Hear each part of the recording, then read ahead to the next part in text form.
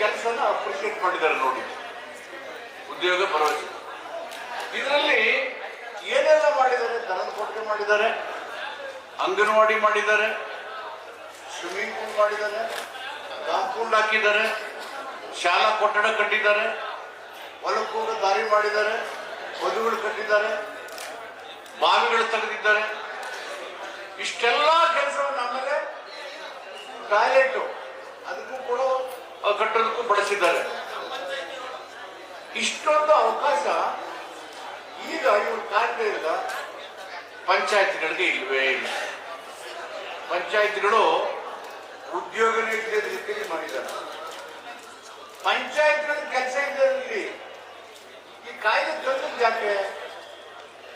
ಗಾಂಧೀಜಿಯವರು 2015 ಇಸ್ವಿನಲ್ಲಿ ಸೌತ್ ಆಫ್ರಿಕಾದಿಂದ ಇಂಡಿಯಾಕ್ಕೆ ಬಂದರು.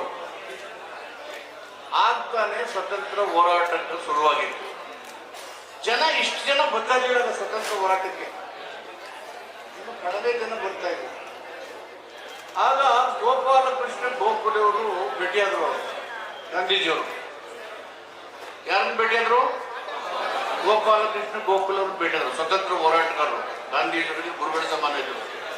ಅವರು ಗಾಂಧೀಜಿಯವ್ರಿಗೆ ಹೇಳಿದ್ರು, ನೀವು ಹೋಗಿ ಭಾರತ ದೇಶದ ಉದ್ದಗಲಕ್ಕೂ ನೀವು ಪ್ರವಾಸ ಮಾಡಿ, ಜನರನ್ನೆಲ್ಲ ಭೇಟಿ ಮಾಡಿಬಿಟ್ಟು ಬಂದು ಯಾವ್ಯಾವ ಪ್ರದೇಶದಲ್ಲಿ ಯಾವ್ಯಾವ ಜನರ ಬದುಕು ಹೆಂಗಿದೆ, ಅವರ ಆಚಾರ ವಿಚಾರ ಏನಿದೆ, ಧಾರ್ಮಿಕ ಸಂಗತಿಗಳು ಹೇಗಿದ್ದಾವೆ, ಅವರ ಬದುಕಿನ ಪ್ರಕ್ರಿಯೆಗಳು ಯಾವ್ಯಾವ ನಡೀತಾ ಇದೆ, ಇದನ್ನೆಲ್ಲ ತಿಳ್ಕೊಳ್ಳಿ ಅಂತ ಹೇಳಿದ್ರು. ಗಾಂಧೀಜಿಯವರು ಗೊತ್ತಲ್ಲ, ದೊಣ್ಣೆ ಹಿಡ್ಕೊಂಡು ಈ ಗಾಂಧೀಜಿ ಸ್ವಲ್ಪ ಸ್ಟ್ರಾಂಗ್ ಇದ್ದಾನೆ. ಇದು ನೋಡಿದ್ರೆ ಯಾರು ನೋಡಿದ್ರೆ ಕಣ್ಣಾಕರು ಹಾಕ್ಬೋದು, ಹೇಳಕ್ಕಾಗಲ್ಲ, ಸ್ವಲ್ಪ ಸ್ಟ್ರಾಂಗ್ ಇದೆ. ಆ ಗಾಂಧೀಜಿಯವರು